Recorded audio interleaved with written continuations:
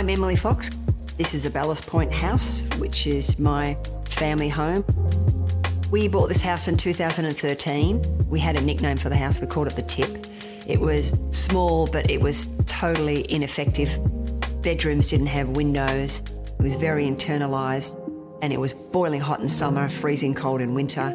We wanted to have a house that would function for the immediate family with our dog. We wanted to be able to have a separate apartment with its own access, which could eventually house either of our parents.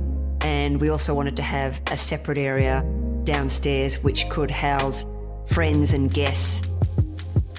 It's a very compact site, 255 square metres, so you end up with a very vertical footprint. We wanted the building to be very functional, but it had to be as sustainable as possible. So it was all about the building's placement on the site.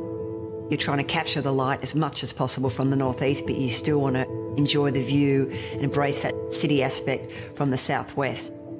So the idea was that we set the building back to create a bigger north-facing courtyard. We then inserted a central courtyard, which allowed light to penetrate into the southwestern part of the site, using this southwestern part of the site as major view apertures towards the city. So you end up with this tight footprint, but this feeling of openness and expanse. We're very focused on having an environmental approach.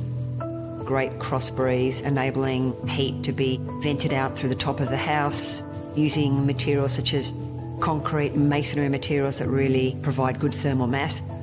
Been able to use hydronic heating in the flooring, using screening devices to control light, using all these techniques that we know. Once the house is fully equipped with our battery storage, the house will be 92% off the grid, and that was the main objective that we wanted to achieve with this house. It's the first time we've used the Accoya timber, which is all the timber doors and windows throughout the house. It's great for its longevity, so that was one thing we really wanted to try.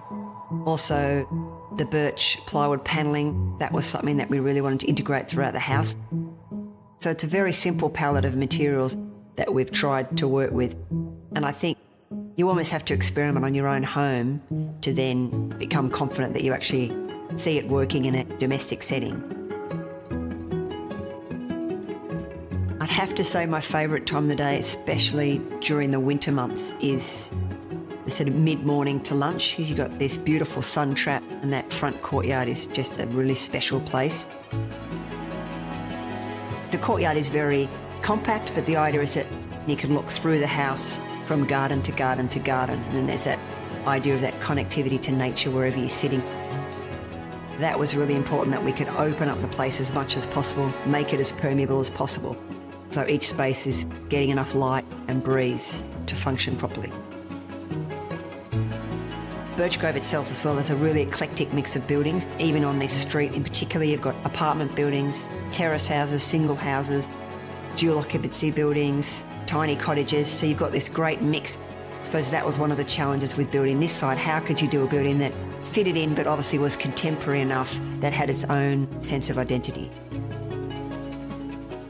What I like about the end result is that the house feels very calm and serene to me, but it also functions as a robust family home. And we have used materials that we haven't used previously. We've done things that we haven't done previously, and I think that's been a great way to push the boundaries. Having that really prescriptive brief of wanting to make this an intergenerational home was something that we really had to nail. It was something that was really fundamental to our whole approach. And I think it's a really beautiful end product that everyone can enjoy.